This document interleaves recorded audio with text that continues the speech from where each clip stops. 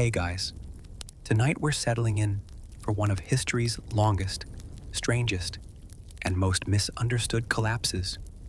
Before we begin, take a moment to like the video and subscribe, but only if you genuinely enjoy these slow journeys through the past.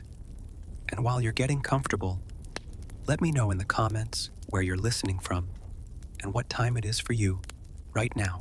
Whether it's a rainy evening in India, a late night in Canada, or an early morning in Australia, it's nice knowing we are drifting together, learning about emperors who inherited the greatest empire on earth and then spent generations arguing over taxes, succession, and whose cousin should be promoted next. Now, dim the lights, maybe crack open a window, turn on a fan if you like that gentle background hum. Get comfortable beneath the blankets, and tonight, let's slowly wander through one of history's most famous questions. Why did Rome actually fall? Because despite what movies suggest, Rome did not wake up one morning, hear barbarian footsteps outside the gates, and suddenly explode into historical confetti. The real story is much stranger, much slower, and in a very human way, much more disappointing. So close your eyes, relax, and let's begin. If you had asked an ordinary Roman citizen during the 2nd century what the future looked like, they would have laughed at Rome disappearing. After all, everything around them seemed permanent. Rome controlled enormous stretches of Europe, North Africa, and much of the Middle East. Roman roads connected thousands of miles of territory. Roman ships crossed the Mediterranean so frequently that the sea was treated as a giant Roman lake. Taxes flowed inward. Grain arrived from Egypt. Merchants traveled freely. Armies guarded the borders. Emperors issued commands from palaces filled with marble and gold. From the perspective of many Romans, history appeared to be moving in one direction, toward more Rome, toward more conquest, toward more wealth, toward more certainty. And honestly, it was easy to see why they felt that way. At its height, the Roman Empire governed somewhere around 60 to 70 million people.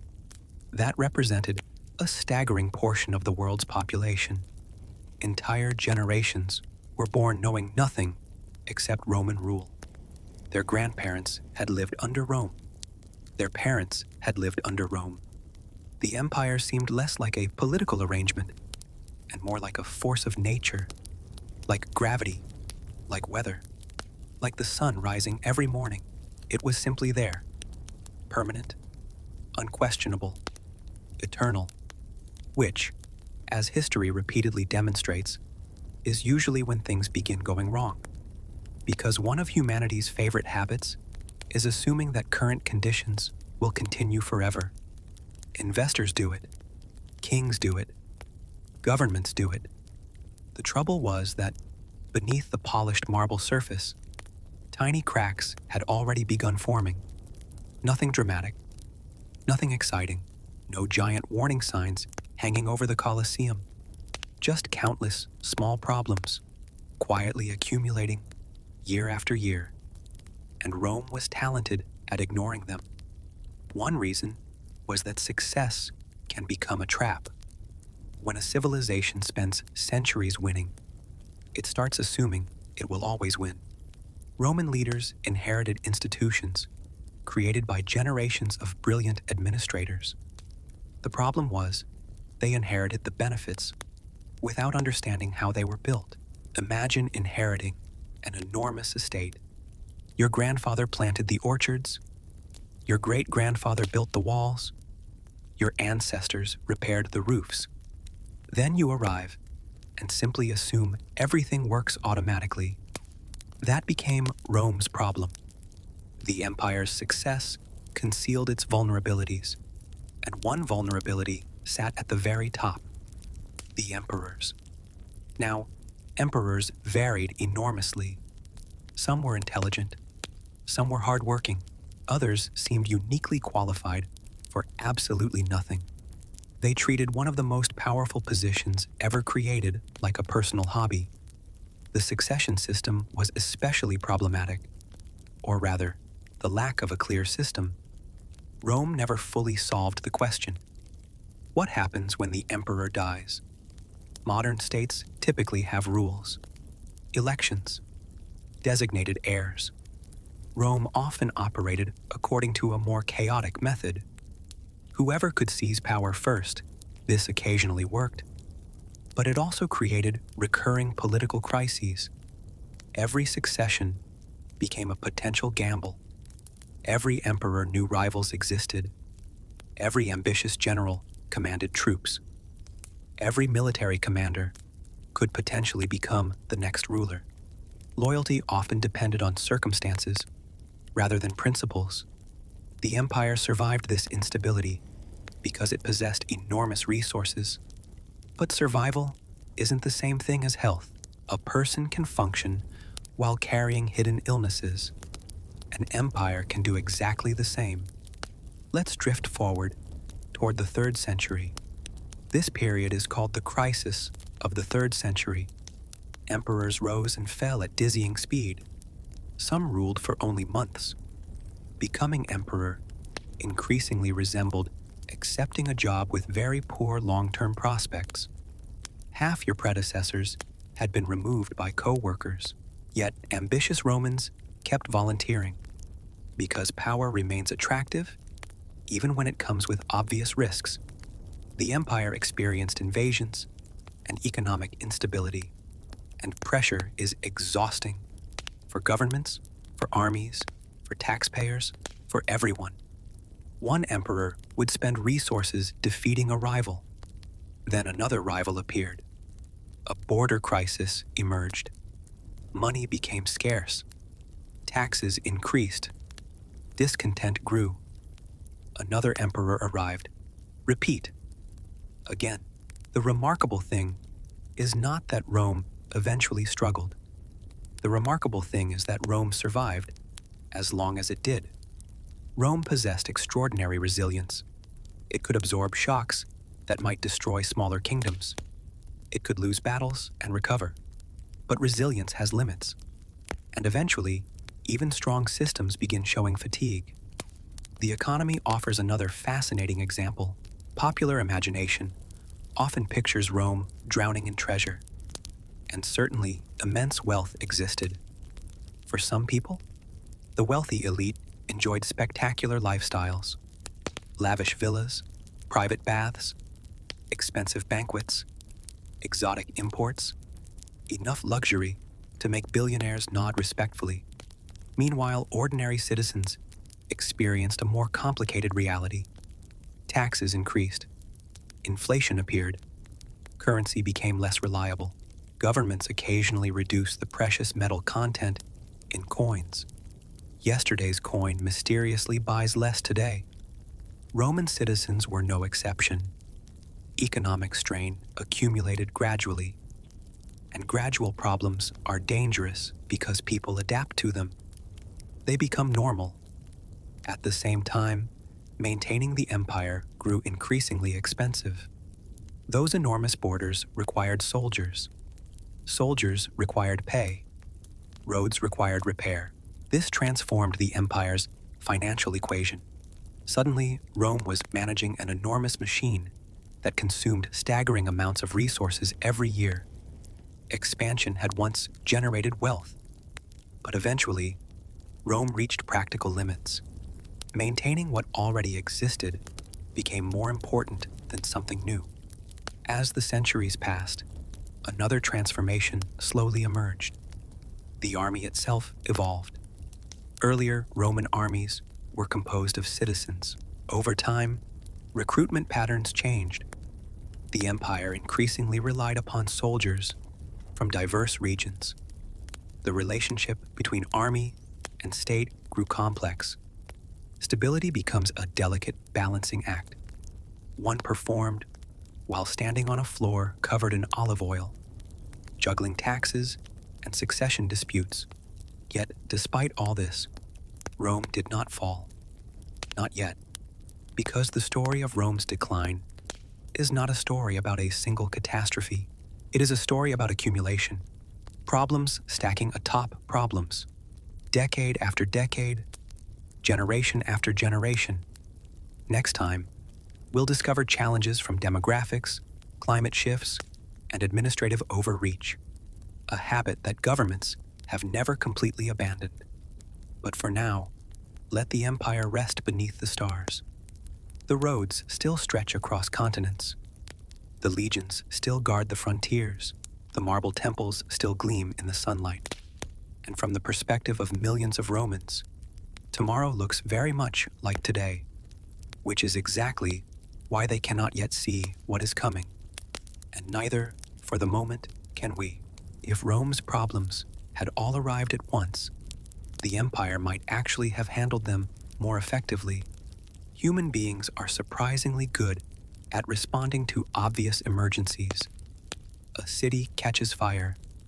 Everyone notices. An army invades. Everyone notices. A plague appears. The difficult problems are usually the slow ones, the quiet ones, the ones that arrive so gradually that nobody can point to a single day when things changed. And this brings us to one of Rome's biggest challenges, its own incredible size. Having a gigantic empire sounds wonderful in theory. The problem is that large empires are expensive, very expensive. And unlike modern governments, Rome could not simply send an email. An emperor in Italy could not instantly communicate with governors in Britain. Messages traveled by horse or ship or exhausted officials carrying documents. Even with Rome's famous road system, communication could take weeks, sometimes months. Imagine trying to manage a multinational corporation if every email took 6 weeks. A minor misunderstanding in one province might become a major crisis before headquarters even heard about it. Every decision traveled slowly. Every response traveled slowly. The empire functioned. But increasingly, it functioned like an aging machine that required constant maintenance. And there was another problem: the borders.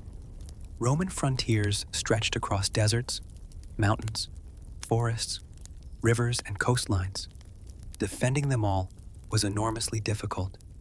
Reality was far messier.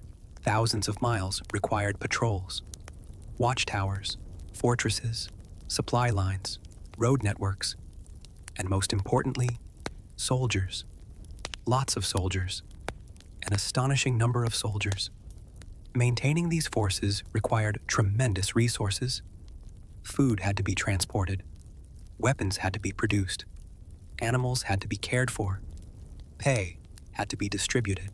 As long as Rome remained wealthy, these expenses could be managed. But when revenues declined, every military budget became a balancing act. At the same moment, another quiet transformation was taking place. The population itself was changing. New territories meant new taxpayers, new workers, new recruits. But eventually, expansion slows. And when growth slows, hidden weaknesses become much easier to notice. It's a little like discovering that your roof leaks only after the weather changes. Rome began experiencing its own version of this. Certain regions struggled economically. Some cities shrank. Trade patterns shifted. Population growth became less predictable. Meanwhile, the imperial government continued growing. Because governments, when faced with complexity, often reach the same conclusion: more administration, more paperwork. Emperors expanded bureaucracies. New offices appeared. Record-keeping increased. Regulations multiplied. Creating another department does not automatically solve the problems. One emperor who attempted major reforms was Diocletian. He understood that the empire required significant restructuring, so he began implementing reforms. Lots of reforms. His most famous idea involved dividing administrative responsibilities. He created a system in which multiple emperors shared authority. At first glance, this seemed sensible, but there was an unavoidable complication: human beings. Because whenever multiple powerful individuals share authority, questions eventually emerge. Who has more power? Still, Diocletian's reforms bought Rome valuable time. A great deal of valuable time. A civilization can struggle for centuries before finally breaking apart.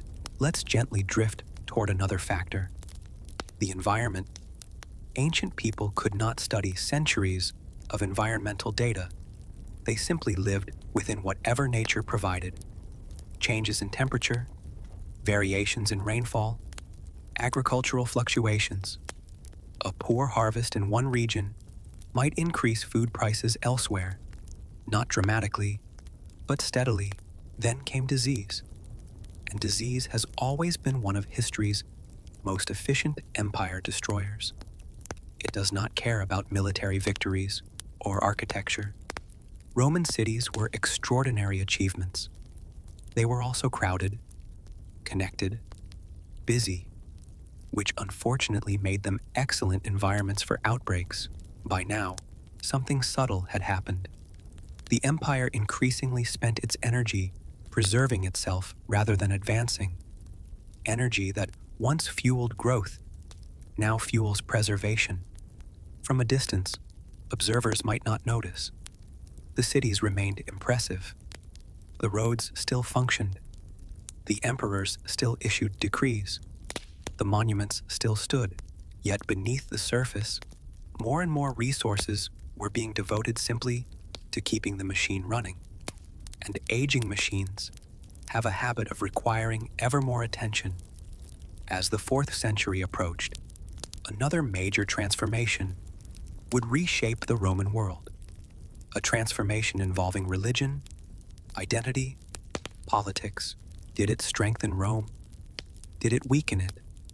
As our journey continues, we'll explore how shifting beliefs and exhausted institutions all became part of the same story. Because despite every challenge we've discussed tonight, Rome remained standing. The eagle still flew above its standards. The emperors still ruled. And somewhere, undoubtedly, a Roman bureaucrat was creating an entirely new form that absolutely had to be completed in triplicate. Some traditions are eternal. For now, the empire continues onward. Older, heavier, more complicated, still powerful, still magnificent, still convinced perhaps that tomorrow will resemble yesterday. And once again, history is preparing to surprise it.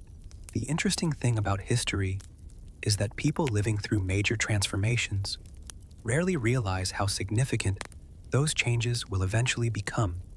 Most days feel ordinary while they are happening. People wake up, eat breakfast, complain about taxes, worry about work, argue with neighbors, and somewhere in the background, history quietly changes direction. That is more or less what happened during the reign of Constantine. Now, Constantine is one of those historical figures who seems almost too important to fit comfortably into a single lifetime. Entire books have been written about him. Entire careers have been built studying him. And if you gathered 10 historians in one room and asked them to evaluate Constantine, you would probably get 12 different answers, which is usually a sign that the person mattered quite a lot.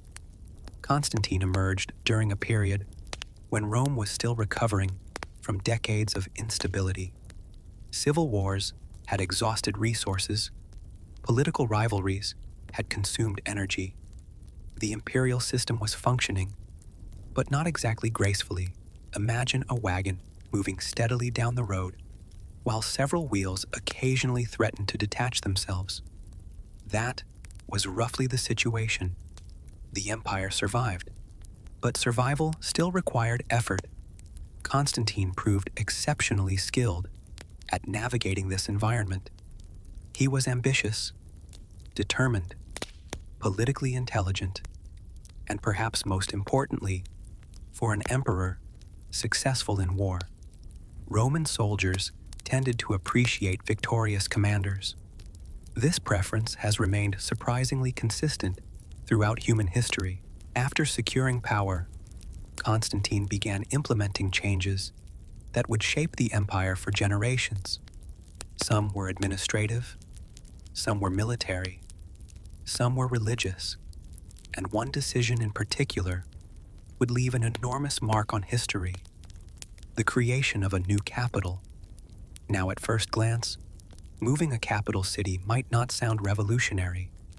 Governments relocate administrative centers all the time. But Rome was not just any city. Rome was Rome. It was the symbolic heart of the empire, the center of political identity, the city whose name had become synonymous with power itself. And yet Constantine recognized something important. The empire's center of gravity was shifting.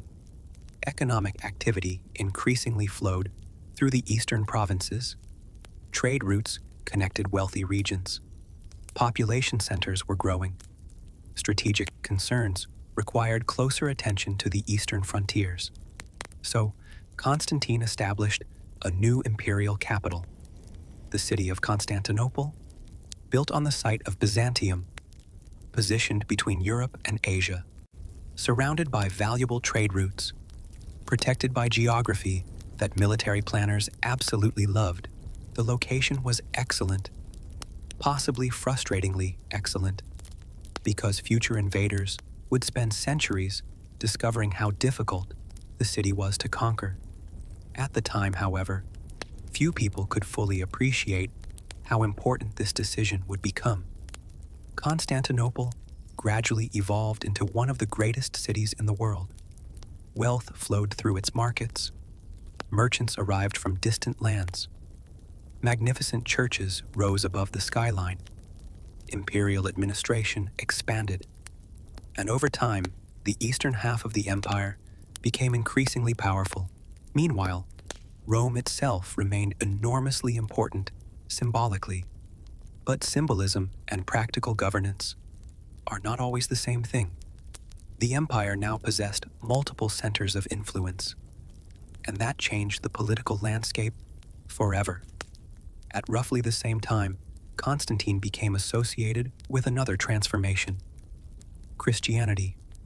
Now, this topic has inspired centuries of debate, and tonight we're approaching it gently, the way one approaches a sleeping cat, very carefully. Before Constantine, Christians had often faced periods of persecution, not continuously, not everywhere, but enough to create tension between the faith and imperial authority. Constantine's reign altered that relationship dramatically. Christianity gained imperial support. Churches received patronage. Religious leaders acquired greater influence, and a movement that had once existed on the margins increasingly moved toward the center of Roman society. This did not happen overnight. Historical transformations rarely do. The old religious traditions continued. Many Romans remained attached to long-standing beliefs. Temples still existed. Ancient customs persisted. But the balance was shifting. Gradually, steadily, generation by generation. Future historians would spend centuries arguing about whether Christianity weakened Rome. Some claimed it redirected attention away from traditional military values. Others argued that it provided social cohesion during difficult times. Still others pointed out that the Eastern Roman Empire remained deeply Christian and survived for another 1,000 years, which complicates simple explanations. History has an annoying habit of refusing to fit neatly inside convenient theories, a habit historians know very well and occasionally complain about, quietly, in footnotes. What matters for our story is that Rome was changing. Its identity was evolving. Its institutions were adapting. Its priorities were shifting. The empire of Constantine was not identical to the empire of Augustus, nor was it identical to the empire of Trajan. It was still Roman. But it was becoming a different kind of Roman, and that distinction matters because civilizations rarely disappear all at once. Instead, they transform, piece by piece, until eventually the people living within them might still call themselves the same thing, while inhabiting a world their ancestors would barely recognize. Meanwhile, beyond the frontiers, other changes were unfolding. For centuries, Rome had interacted with neighboring peoples. Trade occurred, diplomacy occurred, conflict occurred, migration occurred. The border regions were never simple dividing lines between civilization and wilderness. Reality was much more complicated. Various Germanic groups lived beyond the imperial frontiers. Some traded with Rome, some served in Roman armies, some admired Roman culture, some raided Roman territory, and quite a few did all of these things at different times. The relationship was constantly evolving. Many of these groups were not attempting to destroy Rome. That idea became popular later. In reality, many wanted access to Roman wealth, Roman land, Roman opportunities, Roman security. The empire remained attractive, very attractive, even while struggling internally. Think about that for a moment. Rome was facing political difficulties, economic pressures, administrative challenges, and yet people beyond its borders still viewed it as a desirable place to live. That tells us something important. The empire's problems were real, but its advantages remained enormous. For now, as the 4th century continued, military recruitment increasingly reflected this reality. More non-Romans entered imperial service. Many proved loyal. Many became excellent soldiers. Some rose to positions of considerable authority. This was not necessarily a weakness. In fact, Rome had always been remarkably skilled at incorporating outsiders. The empire expanded partly because it could absorb people from different cultures and turn them into Romans, or at least Roman enough. But integration becomes more difficult when institutions are already under strain, and by this point, strain existed almost everywhere. Tax systems were stretched. Administrative systems were stretched. Military systems were stretched. Political systems were stretched. Nothing had broken completely yet, but everything was working harder than before. Imagine carrying a heavy backpack. At first, the weight feels manageable. Then someone adds another book, then another, then another. You continue walking. The journey continues. But eventually, even small additions become noticeable. Rome was carrying many books by now, and history was preparing to add several more. One of the most significant developments arrived from far beyond Rome's borders, far beyond the regions most Romans paid attention to, far beyond the comfortable assumptions that had guided imperial policy for centuries. A new force was moving across Eurasia. The Huns, now the Huns, have acquired an almost mythical reputation, partly because they appeared so suddenly from the Roman perspective. 1 year distant reports mentioned unfamiliar horsemen. Then increasingly, alarming reports followed. Then entire populations began moving. The Huns themselves were not directly responsible for every problem Rome faced. That would oversimplify things. But their arrival triggered enormous movements of people across Europe. Groups that had previously lived beyond Rome's frontiers suddenly found themselves under pressure, and pressured populations often migrate, sometimes peacefully, sometimes not, usually somewhere in between. Entire communities began seeking safety, new lands, new opportunities, and increasingly, many of those opportunities seemed to exist inside Roman territory. The empire now faced a challenge unlike many it had encountered before. Not simply invasion, not simply war, population movement on a massive scale.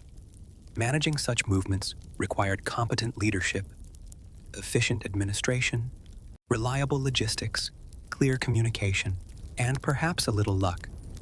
Unfortunately, luck has never been a dependable government policy.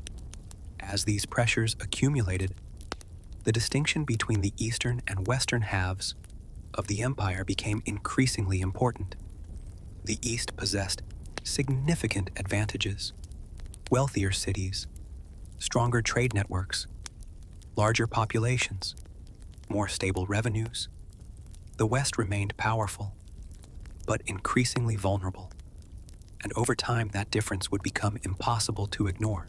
Yet, if you walked through many Roman cities during this period, daily life might still appear surprisingly normal.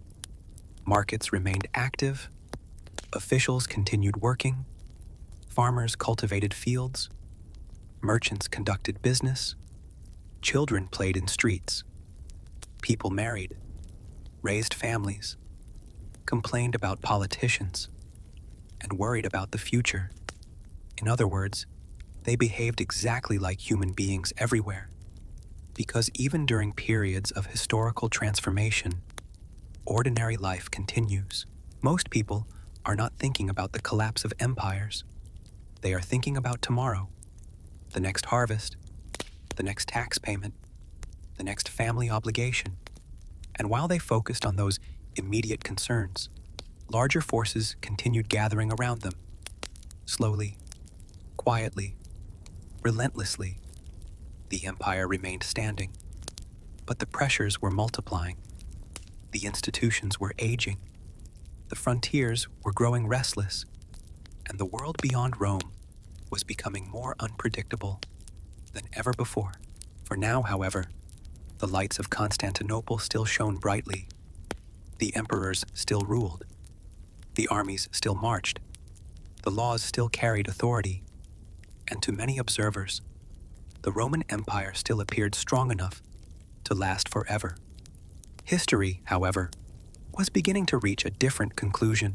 And now, as we settle the empire gently onto the bed of history, it's worth remembering one key lesson. Rome did not fall in a single dramatic day. It faded slowly, quietly, almost imperceptibly, under the weight of its own ambition, complexity, and humanity. Emperors came and went. Borders shifted. Economies strained. Generations inherited institutions they barely understood. And yet, for centuries, the empire endured, teaching us about resilience, adaptation, and the subtle pressures that shape the rise and fall of civilizations. So tonight, we leave Rome not with the clamor of collapsing walls, but with the whisper of centuries passing. The roads remain, the aqueducts endure, the ideas persist, and in that persistence, there is a strange comfort. History, even when it slows and bends, never truly disappears. Now we are going deep into the world of medieval hygiene, specifically the surprisingly not terrible personal grooming habits of the European knight. Yes, that's right. We're talking about smell. We're talking about soap. We're talking about the sweaty, clanking, horse-adjacent world of medieval warfare and courtly life, and whether the men at the center of it all smelled like a locker room or a lavender garden. The answer, as is usually the case with history, is somewhere in between. But it is far more interesting than you'd expect, and far more pleasant smelling than you've probably assumed. So settle in. Let's go back to roughly the year 1100, maybe 1150, somewhere in that lovely, murky stretch of European history where everybody was either praying, fighting, or trying very hard to do both at once. The world we're entering tonight is one of castles and tournaments and long journeys on horseback. It is a world of wool and iron and candle smoke. It is also, somewhat surprisingly, a world of rosewater, scented oils, communal bathing, and a genuine cultural investment in not smelling like a decomposing goat. That last part tends to catch people off guard, because the image most of us carry around of the medieval knight is not exactly fragrant. It's mud. It's blood. It's a man in an iron box who hasn't seen a river in 3 weeks and whose horse is doing most of the sensory heavy lifting. And look, that image isn't entirely wrong. There were absolutely knights who smelled terrible. There were campaigns and sieges and long marches where the concept of personal hygiene became more of a distant philosophical ideal than a daily practice. There were moments, many of them, where the medieval warrior was, to put it diplomatically, not at his aromatic best. But that's only part of the story, and it's actually the less interesting part, because the fuller story, the one we're going to drift through tonight, is about a culture that cared, sometimes quite a lot, about cleanliness and scent and presentation, a culture that had bathhouses and grooming rituals and specific social expectations around how a knight should look and smell, especially in peacetime, a culture where the absence of a good smell could be a genuine social problem and where the presence of a pleasant one was a marker of status, virtue, and civilization. The medieval world had a complicated relationship with the body. That much is true, but complicated doesn't mean neglectful. And the history of how knights smelled and why they sometimes smelled quite good is actually a really nice window into how medieval people thought about themselves, their bodies, and their place in the social order. So that's what we're doing tonight. We're going to wander through the bathhouses and the tournament fields and the castle halls. We're going to meet some knights and some historians and some very strong opinions about rose water. We're going to talk about what soap was made of in the 12th century and whether anyone actually used it, and what happened when a knight couldn't afford to smell nice. It's going to be calm. It's going to be gentle. It's going to be the kind of history that fills in the background of the painting, rather than demanding you look at the dramatic foreground. And by the time we're done, you will have a much more nuanced and genuinely interesting understanding of medieval hygiene, or you'll be asleep. Either outcome is completely fine. Let's begin. The first thing to understand about medieval hygiene, and this is the thing that tends to short-circuit the modern imagination, is that the medieval period lasted for roughly 1,000 years. 1,000 years. From approximately the fall of the Western Roman Empire in the 5th century to the beginning of the Renaissance in the 15th, the medieval period covers an enormous sweep of time. And in 1,000 years, a lot changes. A lot of things change many times. Over, the hygiene habits of a Frankish warrior in the year 700 are not the same as the hygiene habits of a French knight in the year 1300. The bathing culture of England under the Normans is different from the bathing culture of England 2 centuries earlier. The grooming standards of a knight in the Holy Land during the Crusades were influenced by contact with Byzantine and Islamic cultures that had their own very sophisticated traditions of cleanliness. This seems obvious when you say it out loud, but it's surprisingly easy to flatten the entire medieval period into one big undifferentiated smear of mud and ignorance, which is fun for making jokes about, less useful for actually understanding history. So let's be specific.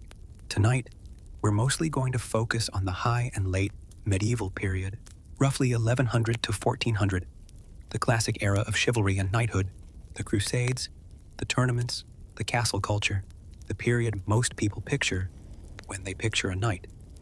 And in that period, roughly the 11th through 14th centuries, there is very solid historical evidence that knights, and the noble class more broadly, had fairly developed grooming habits, not modern habits, not habits that would survive contact with a contemporary health inspector, but habits that were genuine, culturally significant, and considerably more sophisticated than popular mythology would have you believe.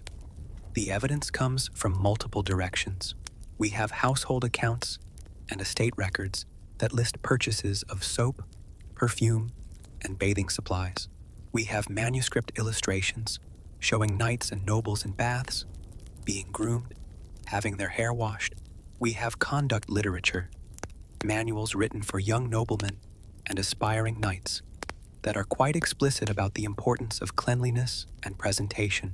We have medical texts from the period that discuss hygiene in practical, sensible terms, and we have the physical infrastructure of the period. The bathhouses, the castle kitchens with their large cauldrons for heating water, the private chambers of great lords that were specifically designed to accommodate bathing. None of this means medieval knights were walking around smelling like a modern department store. It means they had real practices and real expectations around their bodies, and those practices are genuinely interesting. But to understand why hygiene mattered to the medieval knight, you first have to understand what the medieval knight actually was, because he wasn't just a soldier, he was a social institution. The knight, in the high medieval period, occupied a very specific and carefully defined position in the social order. He was a professional warrior, yes, but he was also a member of the lower nobility, or at least adjacent to it. He held land, or served someone who did. He had a horse, which was an enormously expensive piece of property. He had armor, which was even more expensive. He had training, stretching back to childhood, in riding and fighting and the complex social rituals of the aristocratic world. And he had obligations, not just military ones, social ones.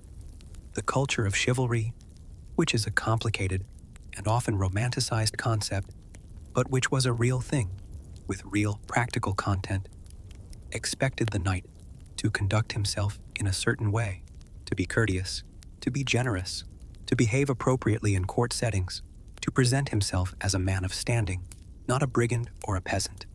This is important because personal presentation, including cleanliness and scent, was part of that package. In the courtly world of the 12th and 13th centuries, your appearance and your smell were markers of your social position. They communicated something about who you were and where you stood in the hierarchy. A man who looked and smelled like a peasant was, socially speaking, more or less a peasant. A man who looked and smelled like a nobleman was being taken seriously as one. This isn't vanity, exactly. It's more like social legibility.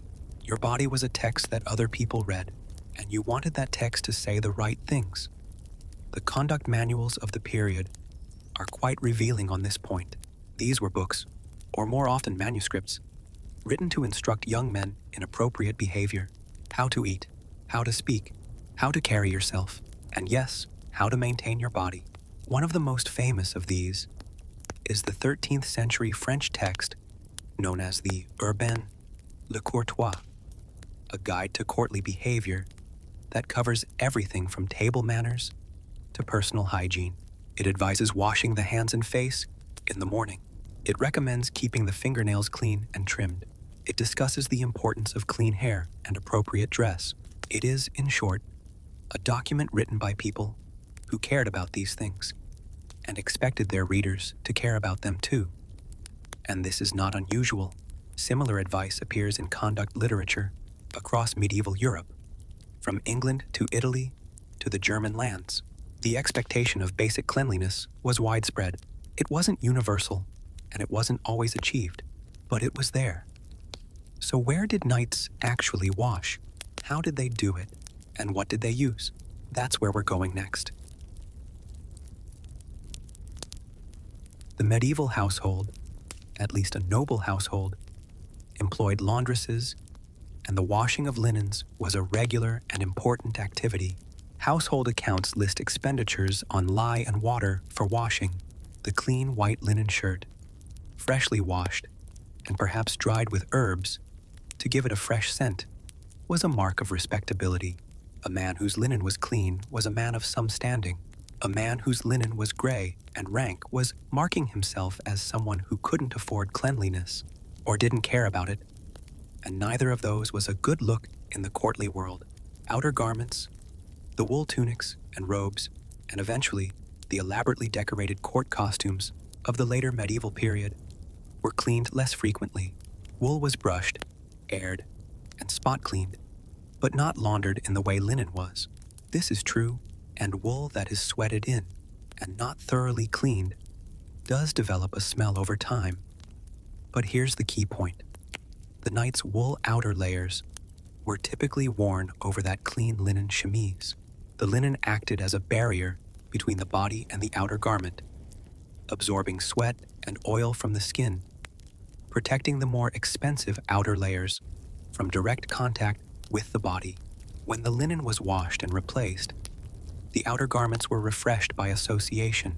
This system, which was standard practice across the medieval and early modern period, was actually a reasonably effective way of managing body odor, given the available technology. And those outer garments were also sometimes scented deliberately. Storing clothes with dried lavender was a common practice. Sachets of aromatic herbs, placed in chests of clothing, were used to keep garments smelling fresh and to deter the moths and other pests that would otherwise destroy them. The smell of lavender, cedar, or dried herbs clinging to a wool garment was not accidental. It was the intended result of intentional effort, so the picture that's emerging is of a culture that thought about smell, that had real systems and real practices for managing the olfactory impression of its most important members. Not perfect, not modern, not always successful, but real. Of course, none of this applied uniformly. The knight in the castle, with access to a bathing chamber and a household supply of rose water, was in a very different situation from the knight on campaign. And the knight on campaign? Well, the knight on campaign smelled terrible. We should be honest about this. Military campaigns in the medieval period were not fragrant affairs.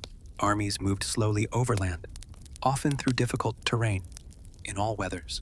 Supply lines were unreliable. Water was available in varying quantities and qualities. Armor, once donned for a march or a battle, was not easily removed. Mail, the interlocked iron rings that formed the primary body armor through much of the high medieval period, was heavy, inflexible, and absolutely dreadful to wear in hot weather. Plate armor, which developed through the 14th and 15th centuries, was even heavier and even more of an enclosure.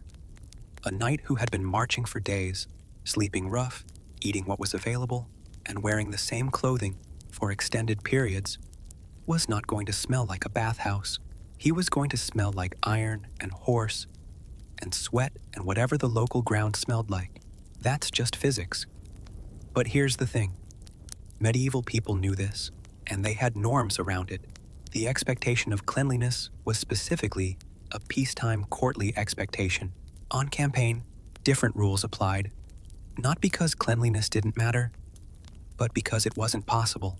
Everyone knew the difference. Nobody expected a man who had just finished a 3-week siege to arrive at court smelling of roses, but they absolutely expected him to clean up before he did anything socially significant. The return from campaign, for a knight, typically involved a process of restoration, bathing, fresh clothing, grooming, getting back to the standard that was expected of a man of his station. This transition was itself culturally meaningful. The return from the rough world of war to the refined world of the court involved a literal as well as metaphorical cleaning up. And on campaign, when the opportunity arose, medieval armies did try to maintain some level of hygiene. Rivers and streams served for bathing. Laundresses traveled with armies. Household accounts and military records from medieval campaigns document the presence of women employed to do laundry. The care of clothing and equipment was a constant activity. It was imperfect, inconsistent, and often inadequate by any modern standard, but it was not absent. So, let's get specific. One of the best things that has happened for medieval historians in the last century or so is the increased availability and study of medieval household records. These are the unglamorous, administrative documents, the accounts kept by stewards and chamberlains and estate managers that record the day-to-day spending of noble and royal households. They're not exciting reading. They are, in fact, extremely boring, which is exactly why historians love them. Because boring documents don't lie. They don't tell you what people thought they should be doing. They tell you what people were actually spending money on. And when you go through medieval household accounts, from English baronial estates, from French royal households, from Italian noble palazzi, you find, consistently, expenditures on soap, on scented substances, on the heating of water, on laundry, on grooming supplies. Take the English royal household accounts from the 13th and 14th centuries. These survive in unusual completeness for the period and have been studied quite carefully. They show regular purchases of soap, not occasional or unusual purchases, but regular, recurring ones. They show expenditures on rose water, which was brought in quantity to the royal household and used in cooking, in medicine, and in personal care. They show purchases of herbs, lavender, mint, chamomile, used for scenting chambers and linens. They show payments to laundresses, to barbers, to the servants responsible for heating water and preparing baths. Henry III of England, who reigned in the 13th century, was known to be personally fastidious and had a particularly elaborate bathing culture at court. His household accounts include references to bathing tubs, to the preparation of baths, and to the various scented substances used in them. Edward VI, his successor, maintained similar standards. The bathing habits of the English royal household in this period were not exceptional curiosities. They were the baseline expected of the highest social rank. But it wasn't just royalty. The accounts of major baronial households, the kind of establishments maintained by the great earls and lords of medieval England, show similar patterns, not at royal levels of expenditure, but clearly in the same tradition. Soap was purchased, water was heated, grooming was attended to. And this pattern is not uniquely English. French royal and noble household accounts from the same period show the same basic picture. The household accounts of the Valois kings in the 14th century document extensive expenditures on perfumes and scented preparations. The accounts of major Burgundian noble houses, the kind of establishments that were, in the 14th and 15th centuries, among the most sophisticated courts in Europe, document elaborate attention to scent and grooming. The Italian merchant and noble class, by the 13th century, was already deeply embedded in the luxury goods trade, including the trade in aromatic substances, and their personal habits reflected this. Contemporary descriptions of prosperous Italian households from this period mention bathing facilities, scented preparations, and considerable attention to personal presentation. None of this proves that every knight in Europe was bathing in rosewater every morning. The gap between the great royal and noble households and the lower edges of the knightly class was considerable. A knight who held a small manor and struggled to maintain his equipment and his horse was in a very different material situation from a great earl with a large household. But it does establish that the culture at the top, the culture that defined what a knight was supposed to aspire to, was a culture that valued and practiced cleanliness and personal presentation.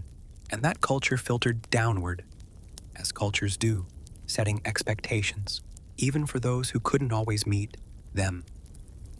The conduct manuals are another treasure trove for this kind of history. The genre of conduct literature, books or manuscripts, giving advice on how to behave properly, flourished in the high and late medieval period. Some of these were aimed at young noblemen and knights. Some were aimed at merchants and townspeople, trying to adopt the manners of the upper classes. Some were aimed at women, particularly women of the nobility. All of them, in different ways, reveal what the culture expected. The section on personal hygiene in most of these manuals is not extensive. It's not the focus. The focus tends to be on behavior, how to speak, how to eat, how to treat others, how to conduct yourself in various social situations. But hygiene does appear regularly as a component of proper self-presentation. The Urbain Le Courtois, mentioned earlier, advises washing the face and hands each morning. This sounds minimal by modern standards, but it was a real, specific piece of advice that assumed access to water and a commitment to daily practice. The hands were particularly important. Eating was done largely by hand in the medieval period, even at noble tables, and clean hands were a basic expectation at any table of standing. Other texts go further. The 14th century Italian conduct manual, known as the Regole del Governo di Cura Familiare, advises more comprehensive bathing, regular hair washing, and attention to the cleanliness of clothing. Italian conduct literature of the period is, in general, somewhat more explicit about hygiene than the English or French equivalents, possibly reflecting the stronger influence of classical Roman hygiene traditions in the Italian cultural milieu, or the greater Italian exposure to Byzantine and Islamic hygienic practices through trade. The German conduct literature, the genre of minilera, or courtly instruction associated with the tradition of courtly love and chivalric behavior, also addresses personal presentation, often in the context of being worthy of a noble lady's attention. The suggestion that a knight should present himself cleanly and pleasantly when seeking to be noticed at court has the same practical implication. Bathe, groom, attend to your appearance. What's consistent across all this literature is the framing. Cleanliness is part of courtesy. It is part of being a civilized person rather than a barbarous one. The dichotomy the medieval mind drew was not really between clean and dirty in a modern germ theory sense. It was between the refined and the crude, the courtly and the barbaric. And part of being on the right side of that line was presenting a body that had been attended to. Let's take a moment to talk about the church, because this is where things get complicated in an interesting way.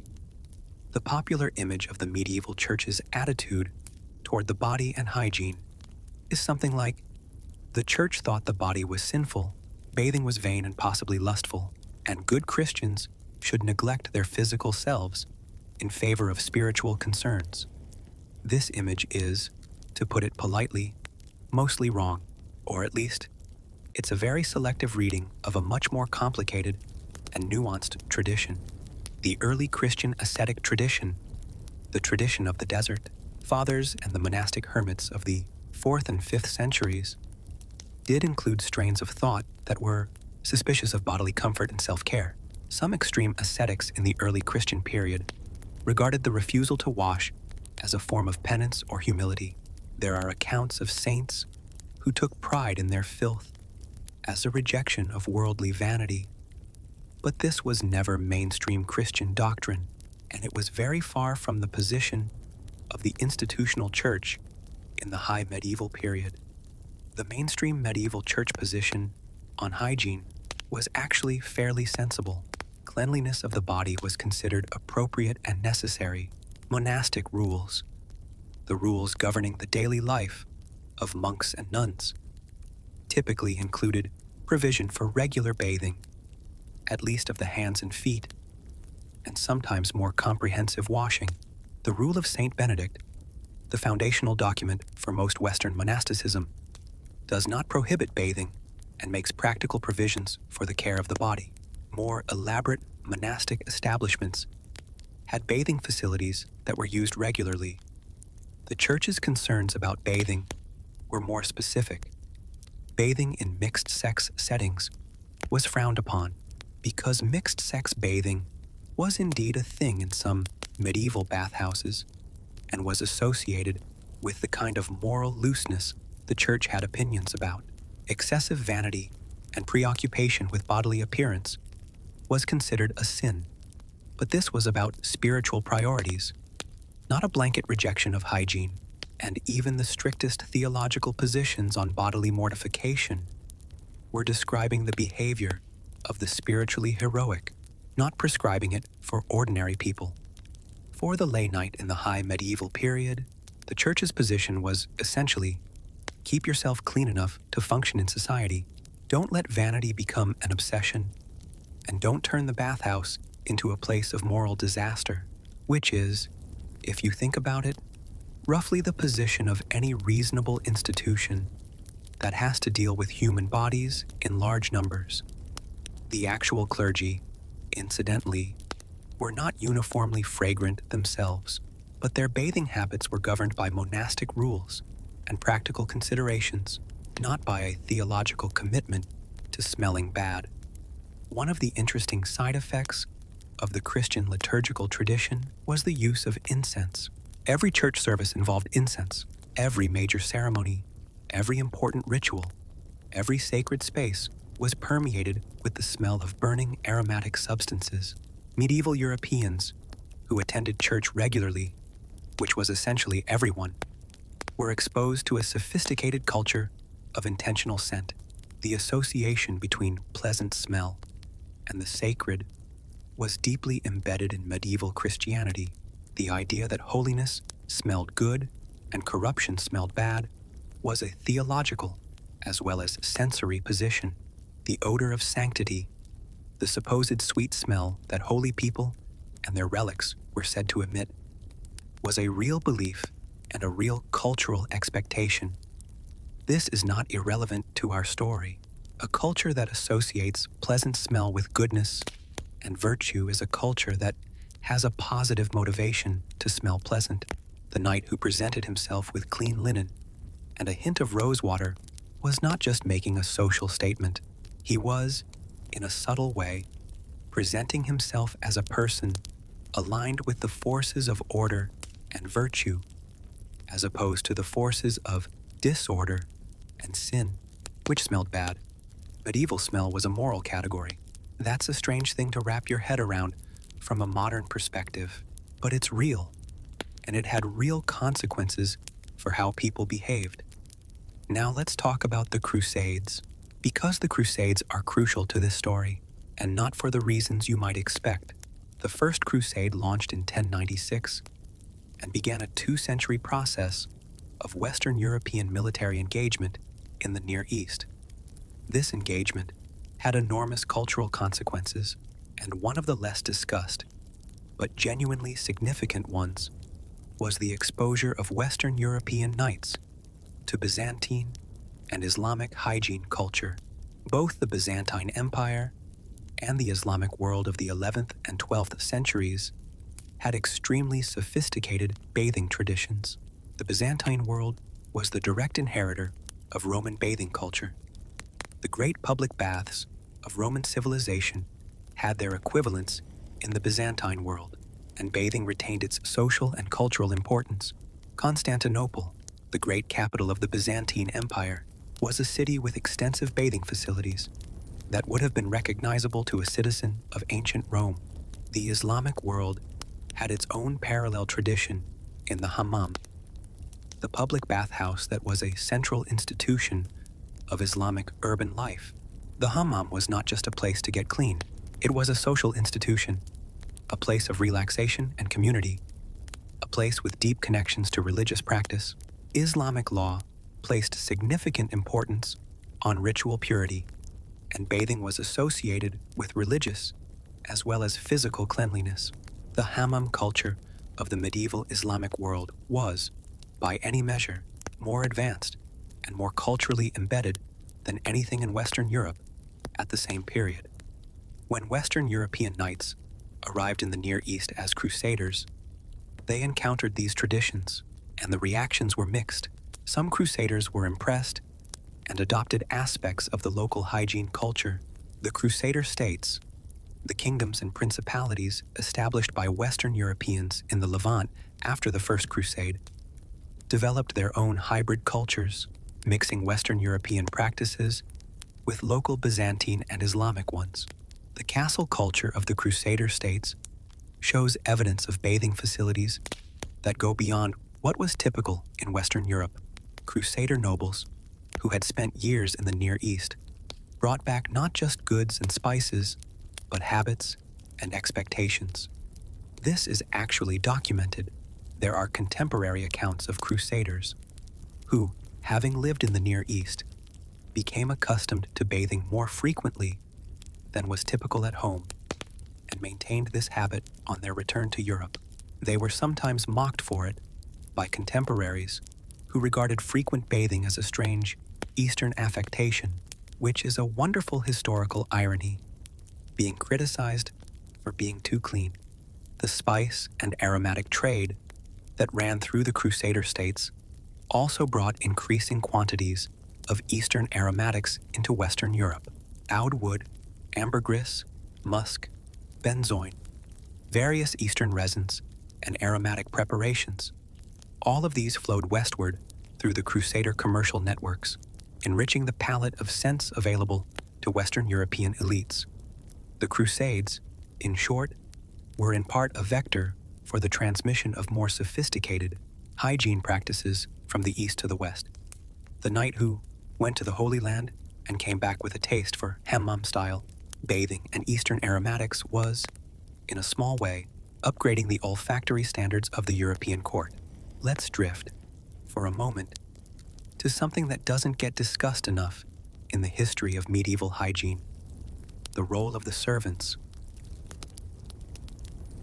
Because the knight didn't bathe himself, not in any elaborate sense, the heating of water, the preparation of the tub, the provision of soap and scented substances, the care and washing of linens, all of this was work done by servants, and the extent to which a knight smelled pleasant was, in part, a function of how well his household was organized and how many people he had working to maintain his comfort and his presentation. Great lords had large households. They had chamberlains and personal attendants, laundresses and barbers, kitchen staff who could supply hot water on demand. The management of a great lord's personal presentation was a collective enterprise involving many people with specific roles. Smaller knights, with smaller establishments, had fewer resources. They might have a servant or two. The care of their clothing and their person was correspondingly less elaborate, and a knight who was traveling or on campaign might have only a squire to assist him with the basic necessities. The squire, incidentally, is relevant here. The squire was the knight's personal attendant, typically a young man of noble birth, serving in the household of a more senior knight as part of his own training for knighthood. Among the squire's duties was the care of the knight's armor and equipment. This included keeping the metal clean and rust-free, which required regular attention, but it also included personal service, helping the knight dress and undress, attending to his needs before and after battle or tournament. Well-organized knight with a competent squire was going to be better groomed and better maintained than a knight who was operating without that support. The infrastructure of personal care was, in the medieval world, a function of social organization as much as individual choice. This is also a good moment to talk about teeth, because medieval teeth are their own fascinating and somewhat grim topic. The medieval approach to dental hygiene was genuine, if limited. There were tooth cleaning preparations, powders and pastes made from abrasives like ground chalk or salt, sometimes combined with herbal preparations that were thought to whiten the teeth or freshen the breath. Toothpicks were in common use, made from small pieces of wood, metal, or bone. They were used after meals to clean the teeth and gums. Dental hygiene was specifically addressed in conduct manuals as part of overall personal presentation. Did medieval dental hygiene work? Well, somewhat. Medieval diets, particularly for the nobility, were not all that high in refined sugar. Sugar was expensive enough that it was a luxury, rather than a staple for most of the population through the high medieval period. This actually protected medieval teeth to some extent. Archaeological studies of medieval skeletal remains show that tooth decay was less prevalent in medieval populations than in later periods when sugar became cheaper and more widely available. The breath, however, medieval breath, was subject to the same basic limitations as all breath at all times. It reflected what had recently been consumed, how recently the mouth had been attended to, and the state of the teeth and gums. A knight who had just eaten a meal featuring heavily spiced meat, washed down with wine, and had not cleaned his teeth, was probably not producing an olfactory experience. His conversation partners would describe as delightful, but the same knight who had eaten that meal might also be in the habit of chewing aromatic substances afterward. Spices, cloves, cardamom, anise, fennel were used as breath fresheners in the medieval period. This was a common practice across social classes. The use of spices after meals was both a culinary and a hygienic act, and for a wealthy knight with access to the full range of spice trade goods, there were quite sophisticated options available. The medieval spice merchant's stock would have included items we'd recognize as breath fresheners today: cardamom pods that could be chewed, cloves that had antimicrobial properties, and a strong, clean scent, anise seeds that had been used as a mouth freshener since ancient times. These weren't exotic luxuries by the high medieval period. They were trading goods available at any market of significant size. So, cleanish teeth, breath that ranged from functional to genuinely aromatic depending on recent choices, not modern, but not as dire as the darkest imaginings of popular history. Let's close part 2 with something that ties a lot of this together: the tournament. The tournament was, in the high medieval period, the great showcase of knightly culture. It was part athletic competition, part social event, part display of martial prowess and aristocratic refinement. And it is, for our purposes, a perfect case study in the collision between the brutal physicality of knighthood and the courtly expectations of personal presentation. The tournament took place at a specific location over a period of days, with considerable ceremony and organization. There were heralds and judges. There were spectators, including noble ladies, whose favor the knights competed for. There were feasts and celebrations in the evenings, and there were fights, mock battles, jousting, the melee, that were physically grueling and potentially dangerous. The knight who arrived at a tournament was presenting himself to an audience. He wanted to impress with his armor, his horse, his martial skill, but also with his overall bearing and presentation. His appearance before and after the fighting was a statement about who he was. Contemporary accounts of tournaments describe the elaborate preparations knights made before the event, the careful grooming, the fine clothing worn in the ceremonies and feasts around the actual combat, the attention to the presentation of equipment and person. A knight who arrived at a tournament looking and smelling disreputable was not just personally embarrassed, he was making a statement about his household and his station that reflected badly on both. And after the fighting, after a day in armor, sweating and struggling, the expectation was that the knight would clean up before appearing in the social events of the evening. The bath that preceded the feast was a standard feature of the tournament experience, at least for knights of any standing.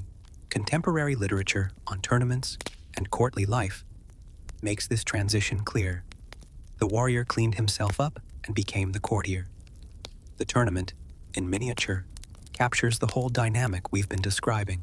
The knight existed in two registers, the brutal and the refined, and moved between them. Hygiene was part of what enabled that movement. The ability to clean up, to present oneself appropriately, to shift from the armored fighter on the field to the gentleman at the table, was itself a marker of status and civilization.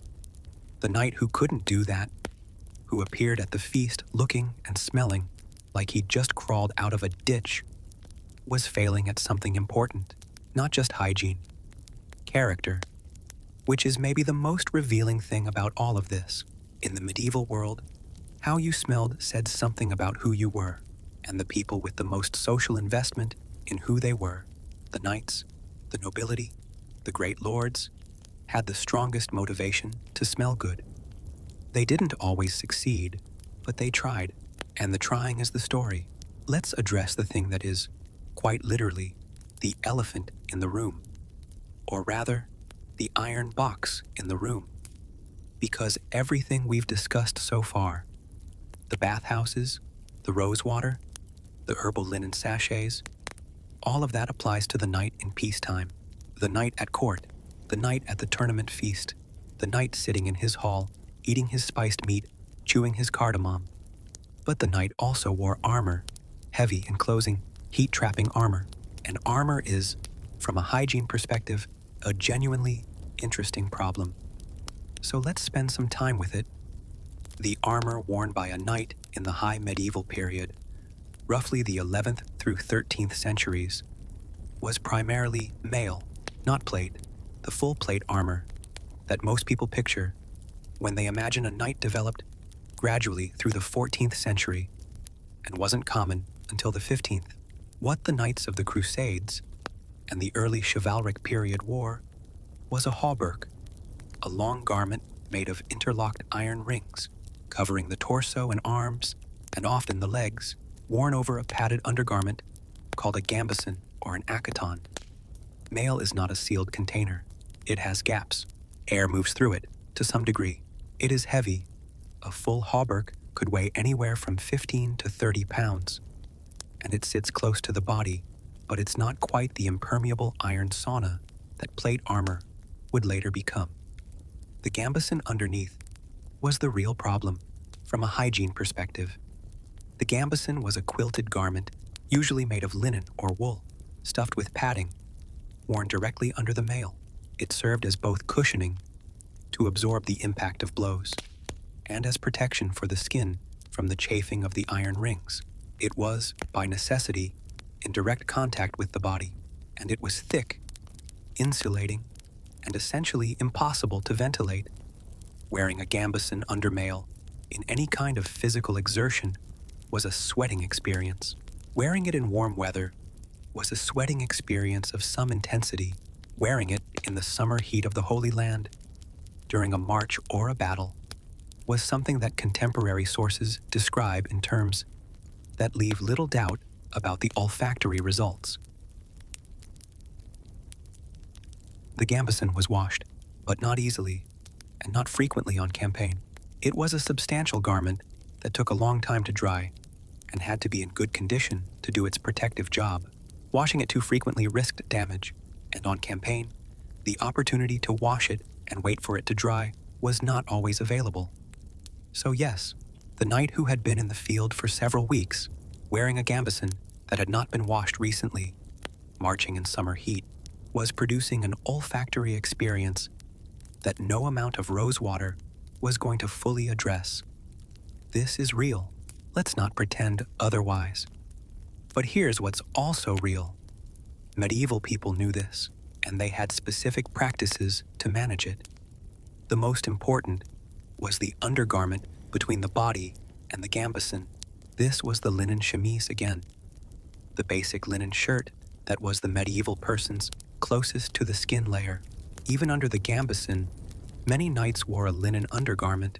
Linen, as discussed, was much easier to wash than wool or quilted padding. On campaign, this undergarment could be washed in any available water source, a river, a stream, a bucket, and dried relatively quickly, replacing the clean linen layer. Even when the gambeson itself couldn't be washed, made a meaningful difference. It's a modest solution, but it's a real one, and it was practiced. Medieval armies, when they camped near water, which they tried to do, since water was necessary for both drinking and cooking, would often have men washing clothing and themselves in whatever body of water was available. This is documented in chronicles and military accounts. The washing of linen, in particular, appears as a regular camp activity. Then there's the question of what happened to the mail itself. Iron rusts. Everyone who has ever left a cast iron pan in a wet sink for too long understands this basic fact of metallurgy. Mail, with its enormous surface area of interlocked rings, was particularly vulnerable to rust. Keeping mail in good condition required regular maintenance. cleaning, oiling, and in some cases, abrading away accumulated rust and corrosion. The standard medieval method for cleaning mail was to roll it in a barrel of sand or fine gravel. The abrasive action of the sand against the iron removed rust and surface grime. This was a regular part of the squire's duties, rolling the hauberk in sand to clean it, then oiling it with animal fat to prevent future rusting. The fat used for this purpose was, of course, not a fragrant substance. Lard, tallow, or other animal fats applied to iron rings do produce a distinctive smell when they warm up on a body in motion. This is simply true. A knight whose freshly oiled mail was heating up in the sun on a march was producing a specific olfactory note that we might describe as savory, in the way that meat cooking in fat is savory, but perhaps not in a way that one might specifically request. However, and this is genuinely interesting, there are records of scented oils being used for the care of armor in higher-end establishments. The same merchants who supplied rosewater and aromatic herbs to noble households also supplied scented preparations that could be used for a variety of purposes, including the maintenance of leather and metal goods. A great lord who had his armor maintained by household servants with access to scented preparations might have had mail that smelled rather better than the lard and sand version. It's a detail, but it's the kind of detail that separates the great lord from the ordinary knight, and it matters to the picture we're building. Let's talk about the gambeson in more detail, because it's actually a fascinating piece of technology, and its hygiene implications are worth understanding properly. The gambeson, also called an akaton, a wambaise, or various other names depending on the period and region, was constructed from multiple layers of linen or wool, quilted together, sometimes with additional stuffing of raw wool, horsehair, or in later periods, textile scraps. It was typically secured with laces or buttons, and came in versions of varying length and thickness, depending on its intended use. Making a gambeson was labor-intensive. The quilting alone, all those parallel rows of stitching that held the padding in place, represented many hours of skilled needlework. The materials were not cheap. A good gambeson was a significant investment, and knights who could afford it had several, allowing for rotation and washing.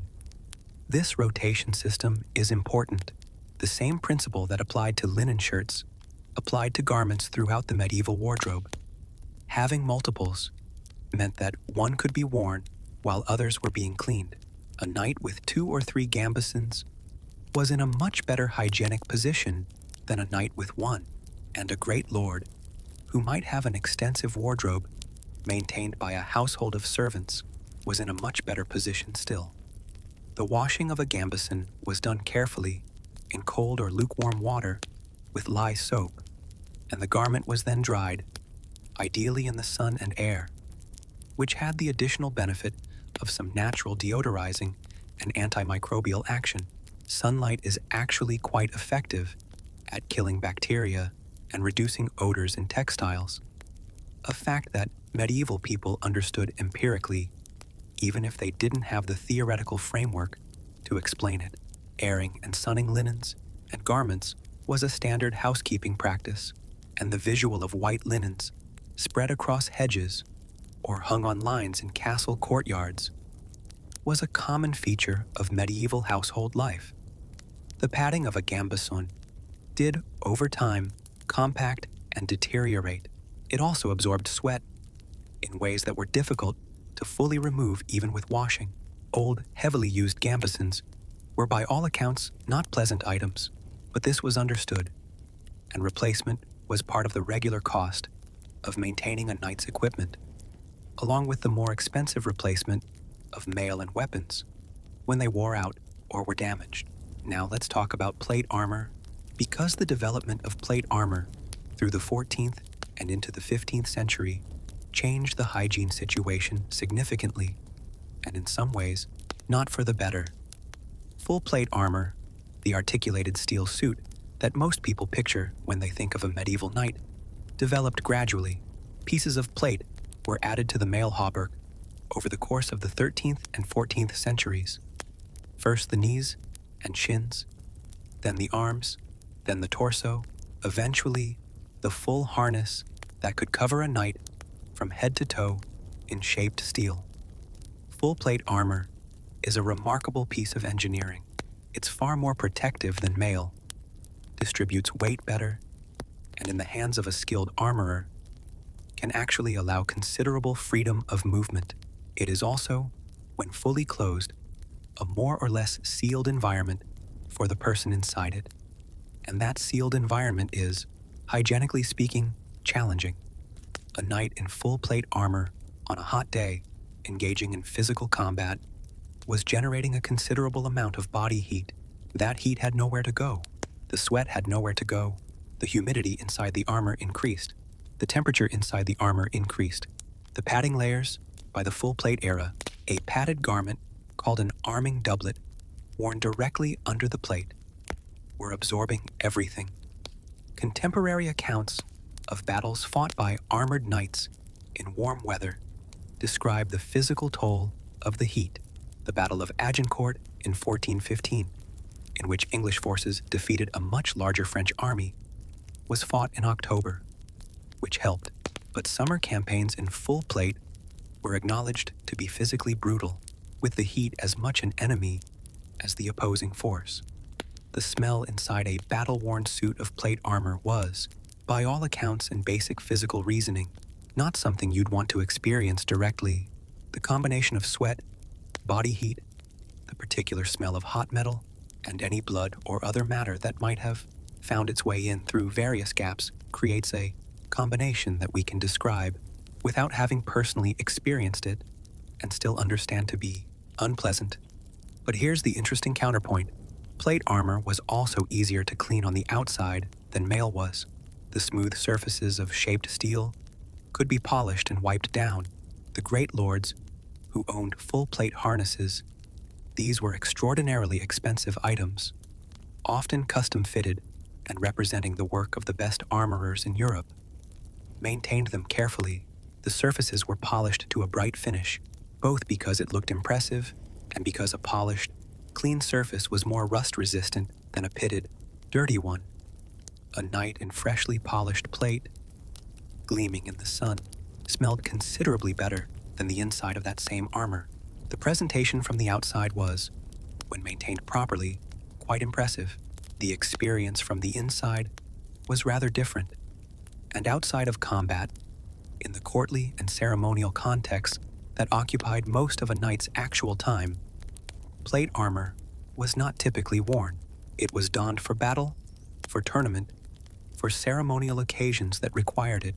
In daily life, the knight wore civilian clothing, and in civilian clothing, the full range of medieval grooming practices applied. There's an aspect of armor hygiene that doesn't come up often, but is worth understanding: the care of the arming doublet and arming points.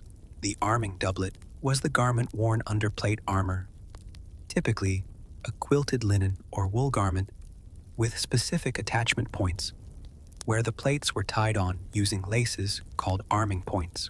It served a similar function to the gambeson under mail: padding, cushioning, protection of the skin from the metal. Unlike the gambeson, the arming doublet was often more tightly fitted and somewhat lighter. It was also, in higher-end examples, sometimes made with ventilation in mind, with linen panels at points of high sweat output, like the armpits, designed to allow airflow and reduce moisture buildup. This is genuinely clever. Medieval armorers and their clients had thought about the sweat problem and tried to engineer a partial solution. The arming doublets of high-quality harnesses from the later medieval period show evidence of careful construction designed to manage, at least partially, the thermal and moisture environment inside the armor. The care of these garments was considered important enough to merit specific attention in household accounts. They were washed, dried, and maintained as carefully as other important items of equipment.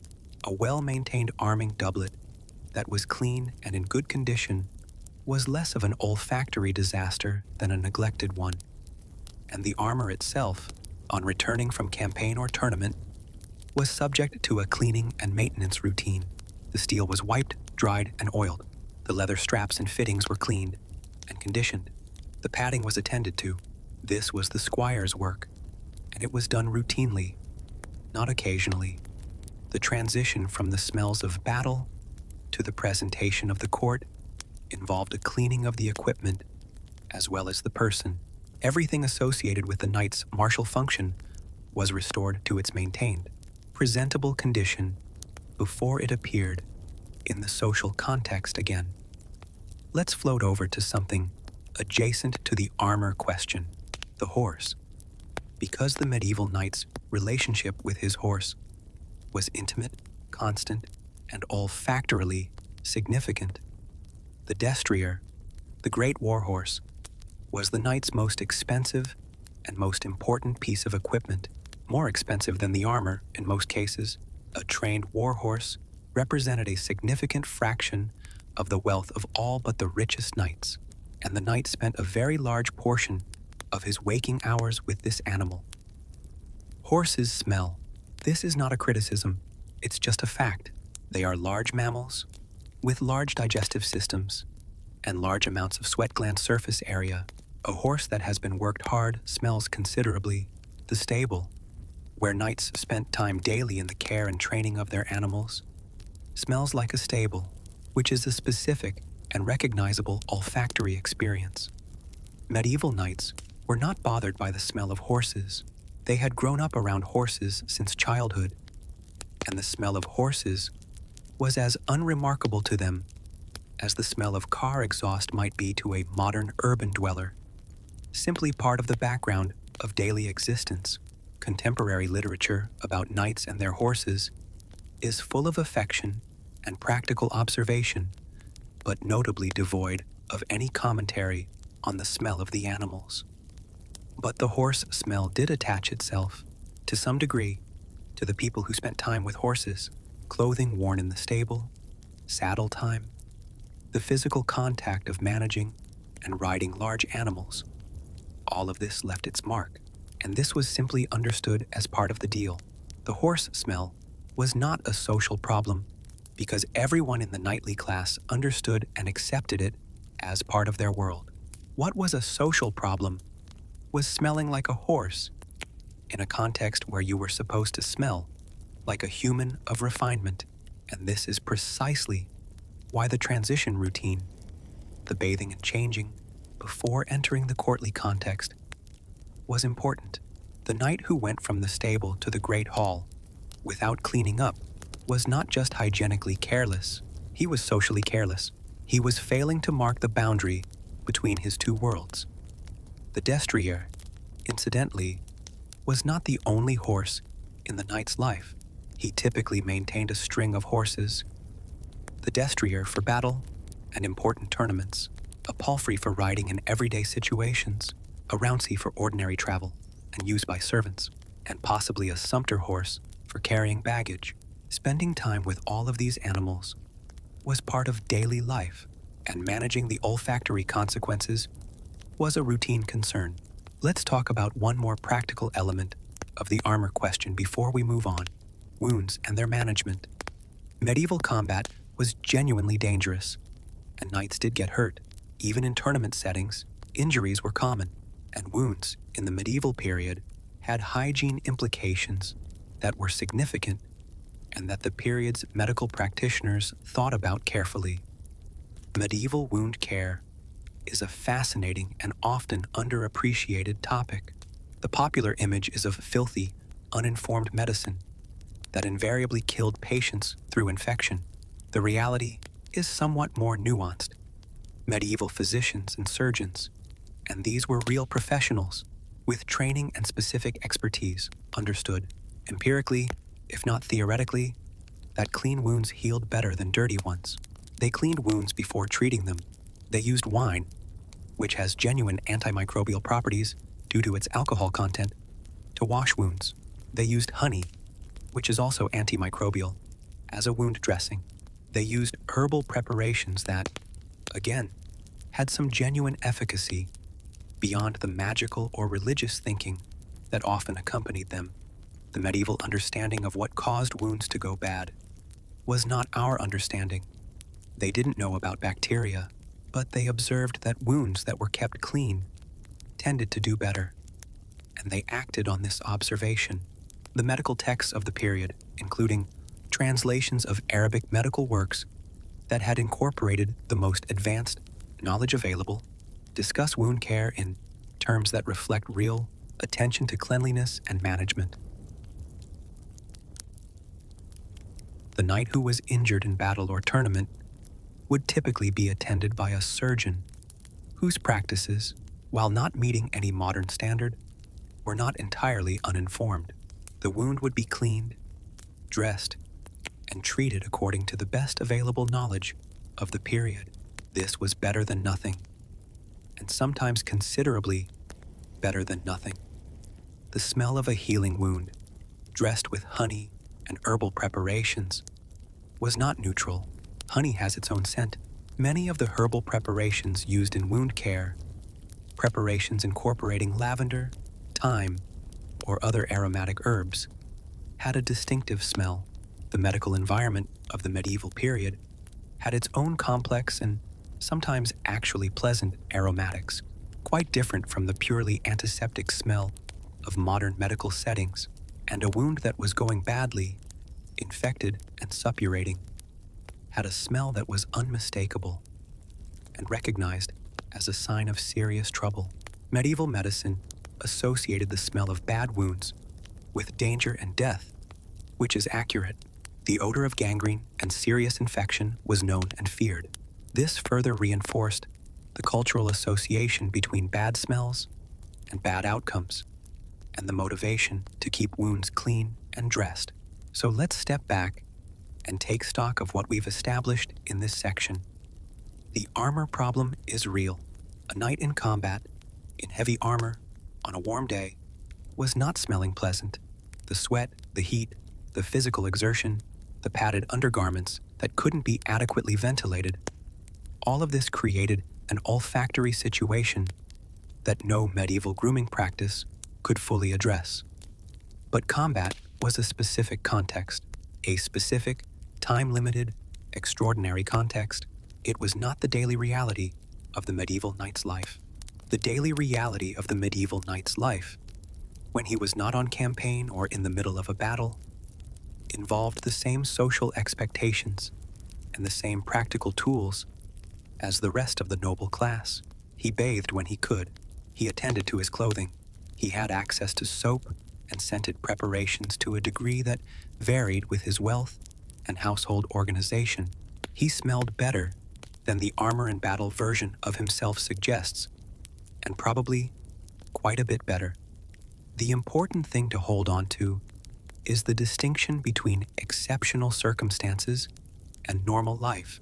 The armor story tells you something real about what medieval combat smelled like, but it doesn't tell you what the medieval knight smelled like in the full context of his existence.